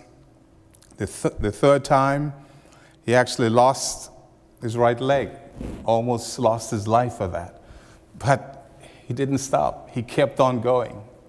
He kept on going. And he would often say to me, or if I had my 2 legs, what I would do. You know, there was so much more that he wanted to do for his community. I personally benefited from him. Because, as the Minister for Road South said, once a week he would go there and have dialogue with Shine. And the Minister for Road South knew where Shine stood. He was proud to have been an ANA supporter and proud to be an AUF supporter. And quite often, Madam Speaker, when you drive to West End, there would always be 4 or 5 others there, and they all supported the opposition, whether it was Rufus or Edgar or Stephen Richardson from West End or Fred, who previously passed. But when the Minister or Premier or representative for Island Harbour today mentioned about, as a house, how we should be united, when you watch those guys, they were united. They never took it personal. They had their own opinions, but at the end of the day, they loved each other. They loved each other. You know, I think I'm doing very well, Madam Speaker. I've practiced this for the last couple of days, and I struggled like hell. But again, as I said, for me, the key is for us to understand that we need to appreciate those around us. And if there's one motion I'd like to bring to the House very soon, is that there should never be another petrol station in West End. There should only be one, Shine's petrol station. You know, because there are a number of people who would stop at that station, not just for fuel for their vehicles, but fuel for themselves. Sometimes they just needed someone to talk to. And where in Anguilla would you find people stopping at a petrol station to have a chat with the proprietor? It was only in West End. It was only Shine. I don't ask people to be another Shine, be themselves, but please understand and appreciate what he meant. And in fact, there was a famous song a couple of years ago. He had a great sense of humor. In fact, the song, when Shine called the fire truck, or the water truck to put out the fire truck, he thought the song was about him. In fact, it was. And he tried to claim it. He had, when it comes to a true Anguillan and what the tradition meant, they say that our 2 favorite sports are boating, or boat racing, and voting or politics. Shine epitomized both of them. And I guarantee you every single day of his life, he talked about one or the other, or probably both at the same time. But Madam Speaker, I thank you so much indeed for giving me this opportunity. And again, I thank all those persons who reached out to me to find out how I was doing, because they knew what he meant to me. In fact, Jessica Riley, who is one of our senior citizens, leading senior citizens in West End, she said that West End, and by extension Anguilla, lost the shining light when he passed. And Madam Speaker, that is so true. I thank him for the years that we spent together. Thank God for giving us that length of time. And I thank him for what he's left me with. I thank you, Madam Speaker. Thank you, Honorable Member. I acknowledge the Honorable Single Island-wide Electoral District Member, Mr. Kenneth Hodge. Thank you very much, Madam Speaker. I know the comments that have been made by my colleague and also Mr. Cadogan Connor, and I endorse those comments. I have known Shine for a number of years. I would sometimes pass by the gas station, and you were quite right, he always had something positive to say, always smiling, even despite he had this little misfortune with his leg. And I think he represented determination and grit and the fact of the need to succeed in life despite the circumstances. And on behalf of myself and my wife, I would like to extend to his wife and family our sincere condolences. In terms of the late Mrs. Foy, she would have taught me in school. And I will say she had a spirit about her. She had a very colorful vocabulary, but she taught well. She got the subject matter over, and she ensured at the end of the day that her students did well. You know, and I will always remember her unique style of teaching, of reprimanding, of other things, but at the end of the day, she ensured that you succeeded. And I'll always remember her and her contribution to education, especially in my own education in life. And she was also a member of my parish church as well, you know, and I want to extend again on behalf of myself and my wife to Mr. Foy and all of his children and other relatives my condolences. I want to say a special word about Reverend Wycherley, because this fine gentleman and I got along extremely well. We would have collaborated for many years in my life as a civil servant in organizing Anguilla Day services, even with a number of national funerals that would have happened in the Methodist Church. And what struck me about Reverend Wycherley, he always had a positive word. He always had something cheery to share. He always had something uplifting. And it was not only myself, it was also my wife. He always complimented her on her positive living programs on the radio. And we collaborated as well on a number of books. As you all would know, he produced a book for Freddie Hughes, and there's a second book that he collaborated with myself on, and that book is now going to be shipped to Anguilla very shortly, you know? And this man was a prolific writer. Imagine he sat down with Freddie and listened to Freddie recount his adventures, and he turned all of that into a book. So he really was a wonderful man.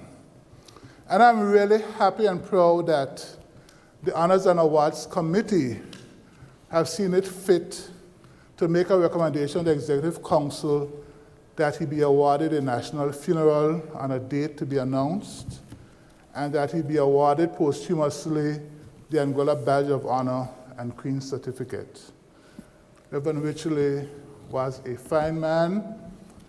Vonna was a fine woman. Shane was a fine man. But I think, Madam Speaker, what it shows to all of us, a lot of us sit down and we say when we get old, we're going to do this and that and the other. I am saying, and I'm taking this one advice, let us enjoy life today, because as we are seeing, tomorrow is promised to no one. Thank you, Madam Speaker. Thank you, Honorable Member. I acknowledge the member of Single Island Wide Electoral District, Mr. Joseph Vanterpool. Thank you, Madam Speaker. Madam Speaker, I rise to join in support of all of my colleagues here in offering condolences to the several stalwarts in our community that have recently and unexpectedly passed. Madam Speaker, when it comes to situations like this, I am no fan of speaking because I myself have been familiar with what it's like to lose someone unexpectedly, and it's never an easy process. It's one that even to this day I feel that at times I still struggle with. So I know it's difficult, but I would like to just encourage the families out there of these persons who have passed to stay strong, to continue believing in God, and to just take it one step at a time. It will never be fully healed, but things do get better with time, as time heals all wounds, as they say. Now, I'll just give a few brief short stories. With respect to Dr. Reverend Wycherley Gums, I have to admit, him and all of them, in fact, I didn't necessarily know that well, I guess due to the significant age difference, but I would have met with him recently, our first introductions. And the one thing I have to say, we've met a few times casually since then, just on and off, running into each other. I've always felt a sense of genuine compassion that emits from him when he speaks. It's like there are very few people that when you talk to someone, you can tell that they genuinely care. And he had no reason to care, whether it's about me or in general about several of the topics. But there was a general compassion, a willingness to give. He was a very warm person, and I admire him for that.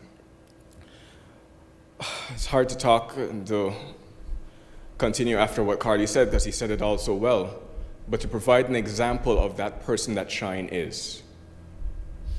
One of the most difficult persons for me to tell, or that I did not want to inform of the passing of Shine, was that of my mother.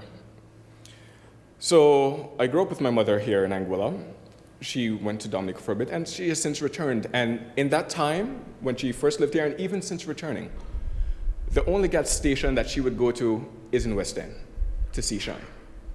There would be at times when she came back. I remember specifically once we were in the valley, she was like, Jose, we need to go get gas. I was like, okay, cool, let's go. And then I wondered why we South Hill going. She was just like, no, I only get my gas from Shine. So to see him have that effect on her, to see him have that effect on Cardi, and to hear those words, you know that that's the kind of person he was. That was a testament to his being and how he lived life. And Anguilla has truly suffered a loss at his death. The final story that I would like to tell is in relation to Miss Foy. So I never had the privilege of having her formally teach me while in school.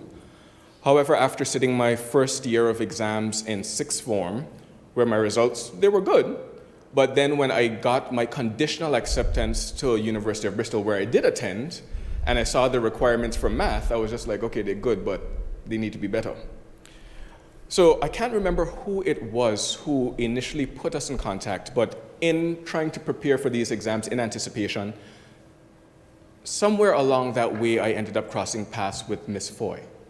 Someone recommended her to me. I showed her the syllabuses that I was about to go through, etc. And she decided, you know what, I'm going to work with you. She didn't work with me on the CAPE syllabuses. She pulled textbooks from UE math courses. She was just like, you're preparing to get into university, but you're not preparing for that exam. You're preparing for the maths that the university going to throw at you when you get there. And that is the kind of person Miss Foy was.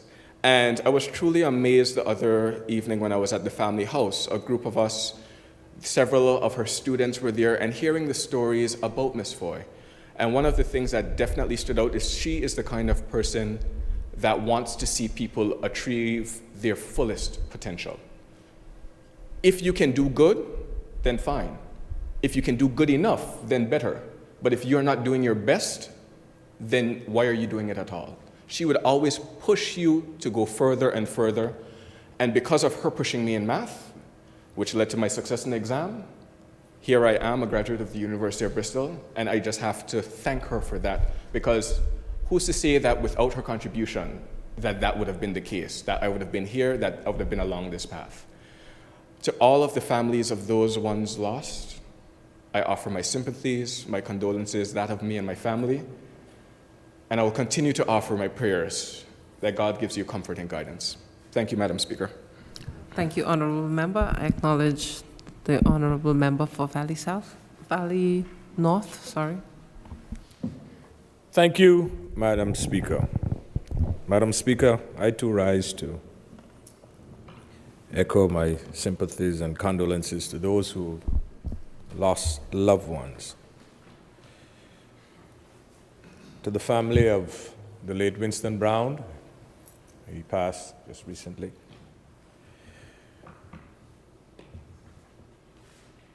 I can speak about Verna for quite a while, but I'm sure that the Honorable Premier and those of us who she would have taught in school, including the island-wide candidate, the Minister for Home Affairs, I could relate to the sentiments that he would have expressed concerning Mrs. Foy, formerly Miss Sebastian. Madam Speaker, as politicians and as representatives of the people, we are recycled through these walls from time to time. But the impression that our teachers would have made and left with us lasts us for a lifetime.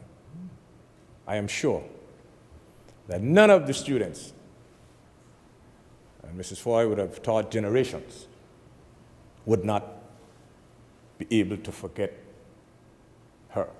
Something that she would have left and are impressed upon them. Madam Speaker, I sympathize with her dear husband, Marcel, who I know. would have given most of his life to the overall development of Anguilla. When you lose a loved one, Madam Speaker, suddenly, it is an experience that you never get over, but as time goes by, you learn to live with. Etched in my memory is June 5th, 1998, at about 4 p.m., suddenly. Again, I'm sure that Mr. Foy and the family of Varner would have the date that she passed etched in their memory as well. To Brother Wycherley, again, another educator and teacher, lecturer.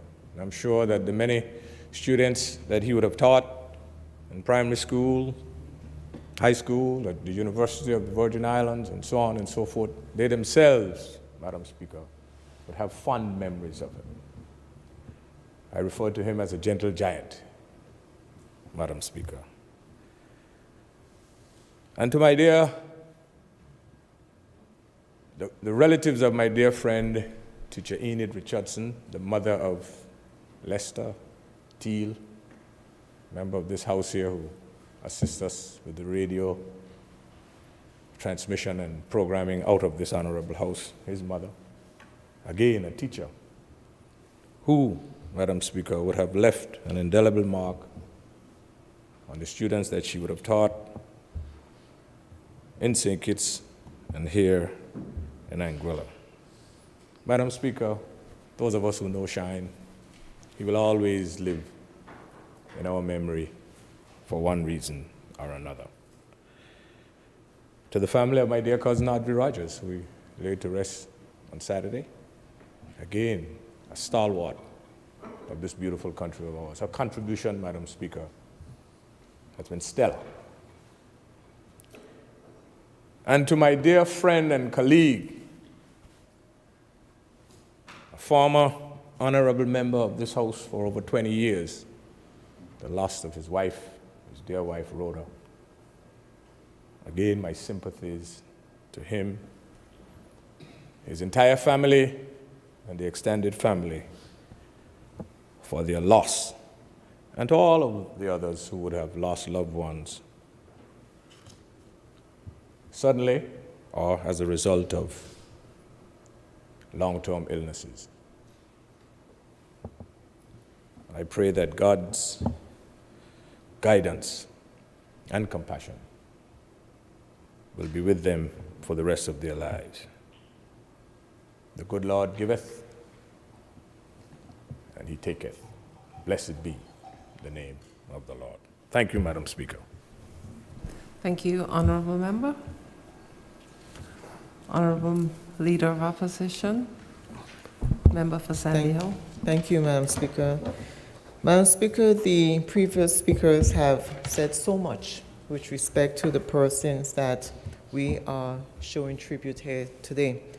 And the member for Valley North has done a good job in terms of outlining those persons that we have identified. Shine, Audrey Rogers, Teacher Varner Foy, Reverend Wycherley Gums, Albert Phillips, Winston Brown, Teacher Enid Richardson, and Rhoda Harrigan. And Madam Speaker, each of those persons would have left an indelible impression and would have impacted the lives of many of us here in this honorable house, many of the persons in my own community, and the people of Anguilla in general. And so I stand to say, Madam Speaker, that on behalf of myself and my family, I would like to relay my deepest condolences to all of the families, friends, and loved ones of those persons that we are paying tribute to here today. Thank you, Madam Speaker. Thank you, Honorable Member. I acknowledge the Honorable Single Island-wide Electoral District Member, Mr. Kyle Hodge. Madam Speaker, I also take this opportunity to extend condolences to all those who mourn the passing of relatives of recent Shine, the families of Wycherley Gomes, and Mrs. Vonna Foy. Madam Speaker, I would not have known Mrs. Foy much in depth, but it was always a pleasant exchange, whenever we would pass and see each other on the street. As our jobs would have us hustling and bustling. She was a very vibrant lady, and it was always pleasant to greet her and to say just general hello, hi, how you doing? And being on the younger side, I would not have known Mr. Gomes, Mr. Wycherley Gomes as well. But just seeing him around, Madam Speaker, you just know that he was a great man. But Madam Speaker, I would have known Shine a little bit more. I know his family very well, his son and his daughter, and I know his nephews as well. And I want to extend my sympathy to all those who mourn. Oftentimes, I've moved to the West End Long Bay community for the last 3 years, and I would pass by Shine a lot. And he was a man, he loved to talk. I guess that's why the guys, they hung out with Shine. He would always ask questions, and he would ask me questions, and I know that he knew the answers to these questions, but he always liked to get your opinion on things, and he likes to know, how you're thinking about it. So I just want to extend condolences to all the family members who mourn. And we would have learned yesterday about Winston Brown in Stony Ground.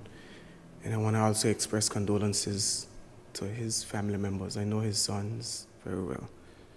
It's, sad day in Anguilla. We are losing a lot of people, Madam Speaker. I just want to say to them, hold strong. Thank you. Thank you. I acknowledge the honourable member for Road North. Thank you, Madam Speaker. I too rise to offer my condolences to the families of the dearly departed. Mrs. Foy was my teacher in high school for a while. And I guess that was she was best known as an educator.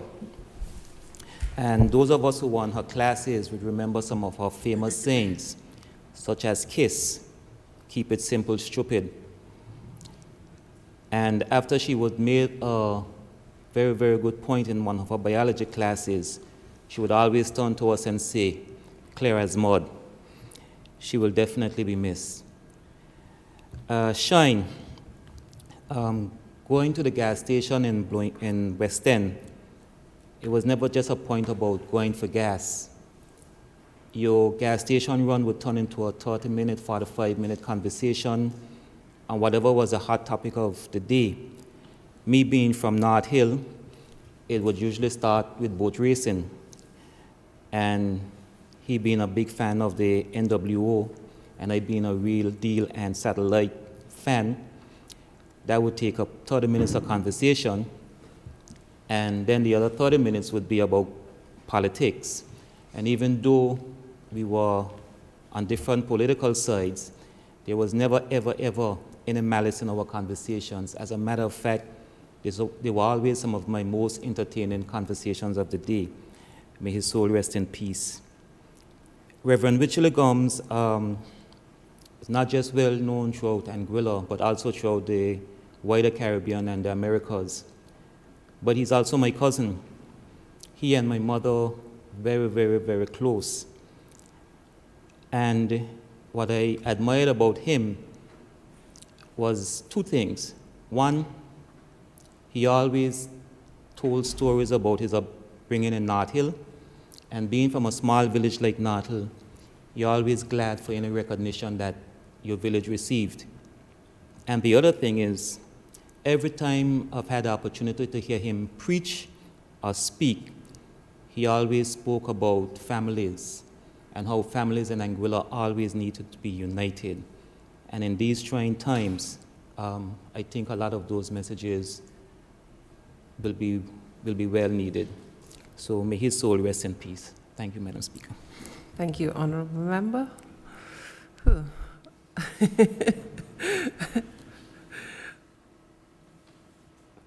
Yeah, I acknowledge the honorable member for Valley South.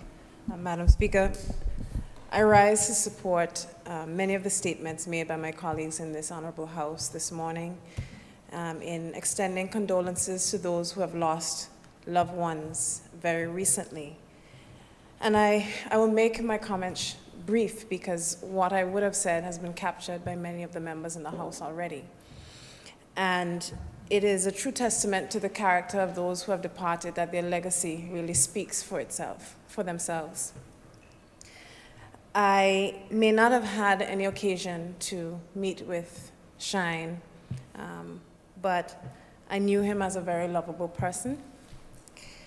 I did not know Reverend Gums, Wycherley Gums, that well.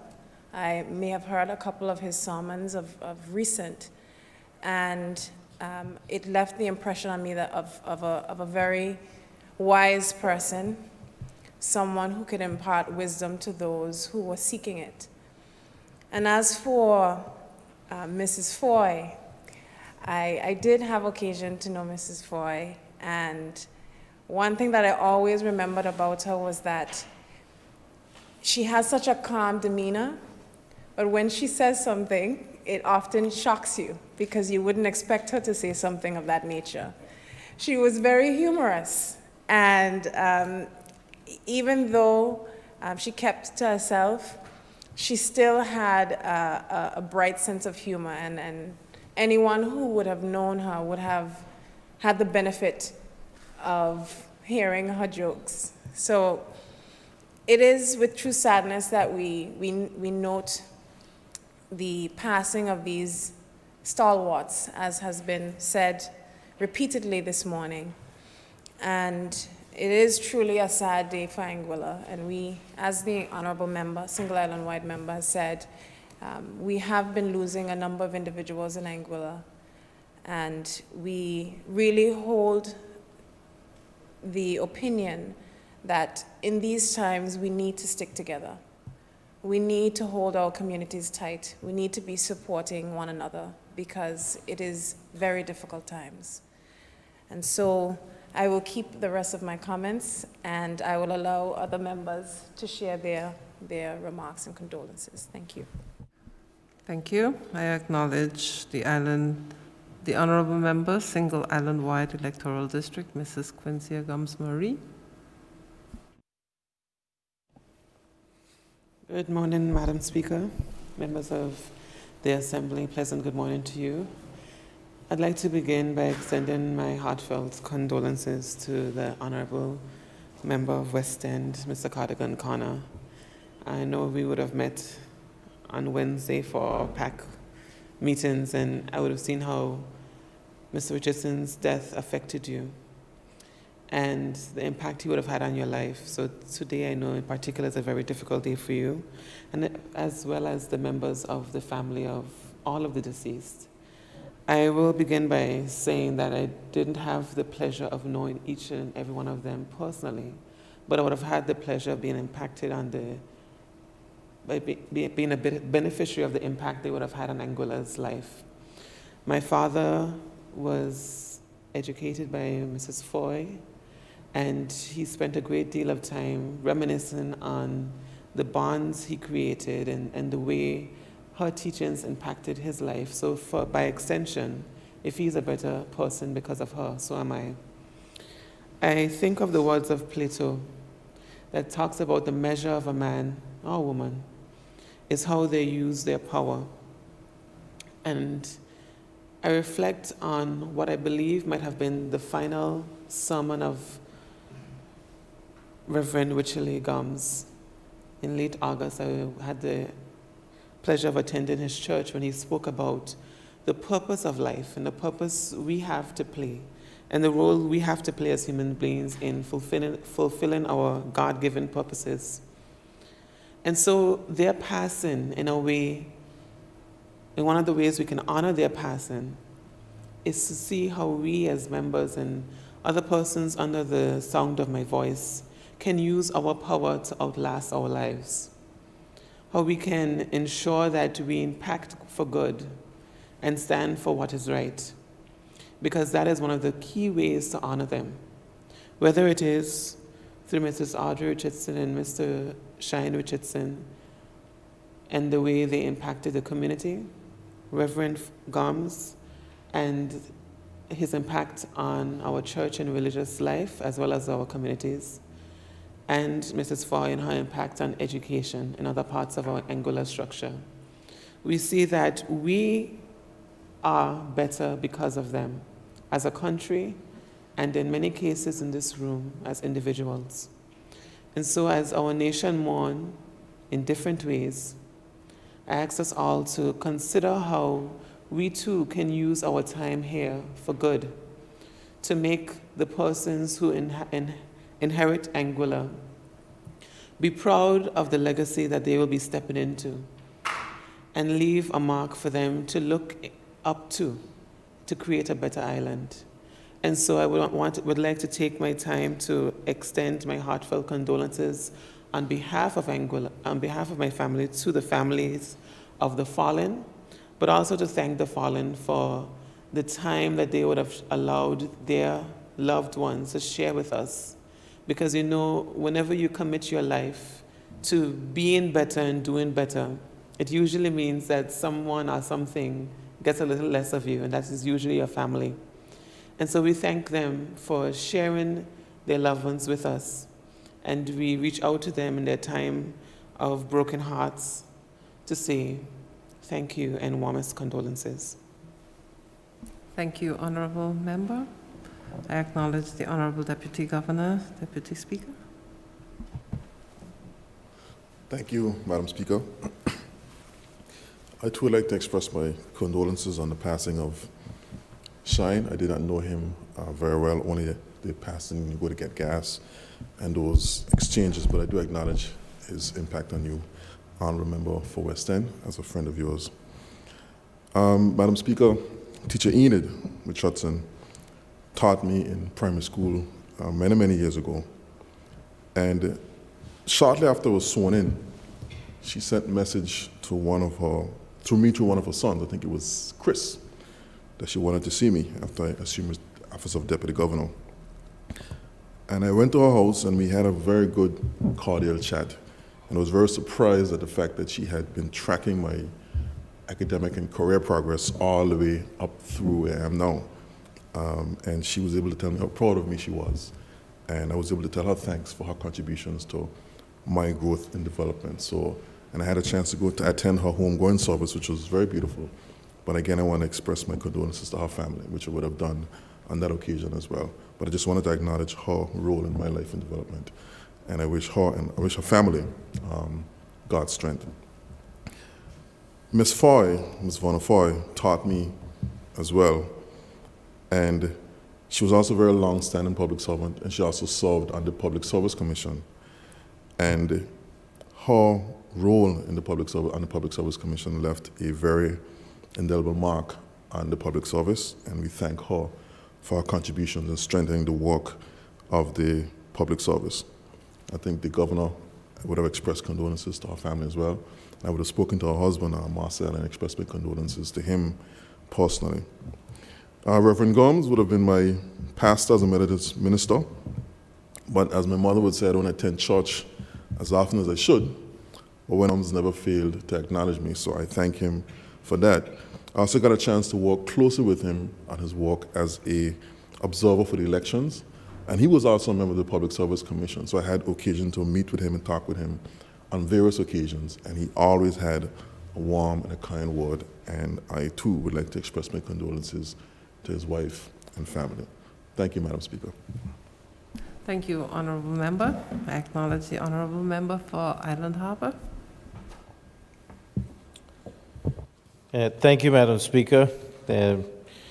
Given the lateness of the hour and the sentiments expressed by my colleagues on this side of the table and the other, I'll be brief.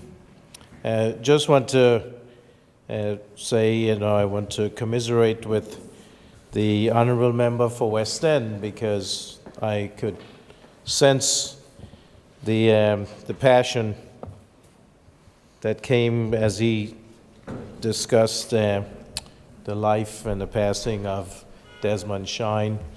It's ironic that the day before, and I didn't know Shine that well, but the day before his passing, we were down in West End, and my driver, Mr. Warren Fleming, who is present here in this honorable house today, he said that he had just stopped and that Shine had given him a message for me, which he said, stay strong and continue to do the work and make sure that everything you do is for the best interest of the people of Anguilla. And that, the next day when I heard that he'd passed suddenly, I called Warren right away, and I was like, it's hard to know that the people who mean so much to the country pass so suddenly. Same thing with Reverend Wishley Gums. And I'd seen him at the funeral a week or so before that, and to have seen him vibrant and full of life, and then to know that he passed suddenly. And so to their families, I'd like to, give condolences. The honorable member from Western also mentioned my friend and former patient, Marriott. You could never, hear enough or talk enough with her, because, if you don't call her, she'll call and make sure that you're doing well, and to see what she could do. Even when, she was sick and she was in bed, she'd always call and give encouragement. And if you said something on the campaign trail or on the radio, and if she liked it, she would let you know, and if she didn't, she'd let you know twice as firmly. So I'd say for her family, they're best. Well, can't say any more about, to me, Miss Sebastian, and then she later became Mrs. Foy. She taught me in high school, and so, I would like to also add my condolences to her husband, Mr. Marcel Foy, and the family.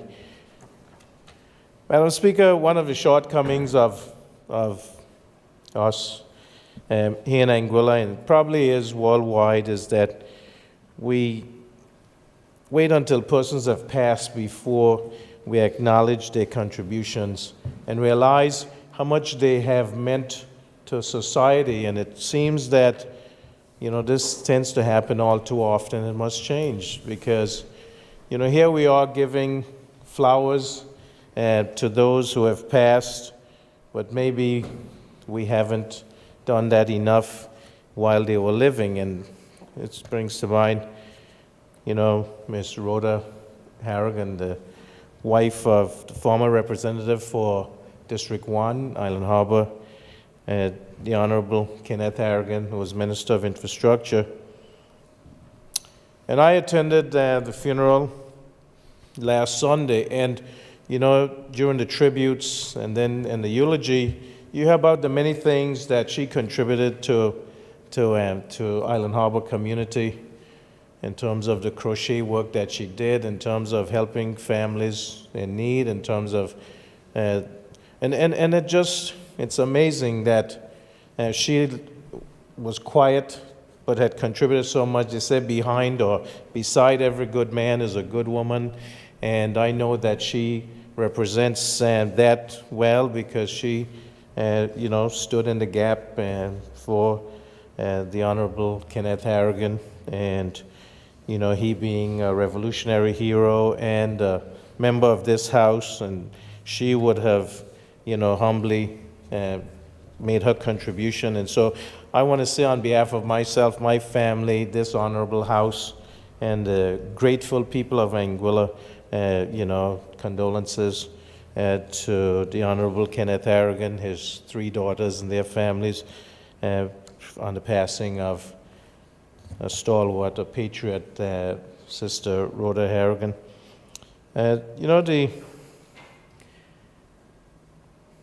The member again for West End, he said, people pass suddenly. But we often have to remember those who have been sick and who are sick. that we should visit them.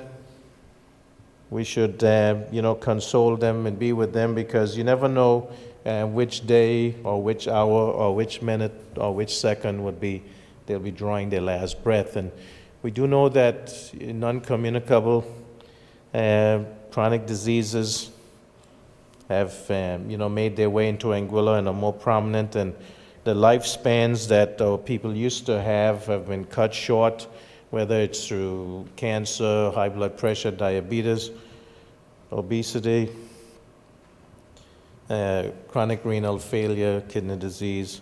And so I just want to admonish our people that prevention is better than cure, and we need to, make sure that we seek medical attention and do the things that are necessary to maintain good health. And I know that today there is the Caribbean Wellness Health event down at the James Arnold Webster Park, and those of us who can should go there so that we can get the screenings that are necessary, so that we can discuss with persons symptoms we may have, so that can be directed in the right place, so that if you have any concerns, maybe you can have early intervention, which would mean that the chance of having a cure is better. And then, we won't be standing here in this honorable house remembering those who have passed when they may have had a chance to live a longer, better life and meet their full potential, because we are realizing that younger and younger we are losing people here in Anguilla. And so that's also something we have to commit to, that we want to make sure that the healthcare and well-being of our people is paramount. And we have to, as a people, put in that effort to make sure that we maintain the facilities that we have. Health-wise, we have to look out for those of our frontline workers, the nurses and doctors, public health officials who are there to keep us healthy and help us to maintain our well-being. And so I stand here today to say, condolences, heartfelt sympathy to those who have lost loved ones. And as you mourn, may the good Lord give strength and encouragement, and that we as a people continue to stick together, because we are a community that, we are a close-knit community. And I wish that we would continue to act like that. And so the unity which we feel here today in this house, which I've been impressed with, and I want to put that on record, that the cooperation that existed today, I hope that that will continue as we go forward with one mission, and that's to make sure that we move Anguilla in the right direction, and that the people of Anguilla, that their well-being is taken care of and protected by those of us that they have elected to represent them. I thank you for your indulgence, Madam Speaker, and the House for this time which you've allowed us to express our sympathies and our thoughts. Thank you, Honourable Member. Adjournment.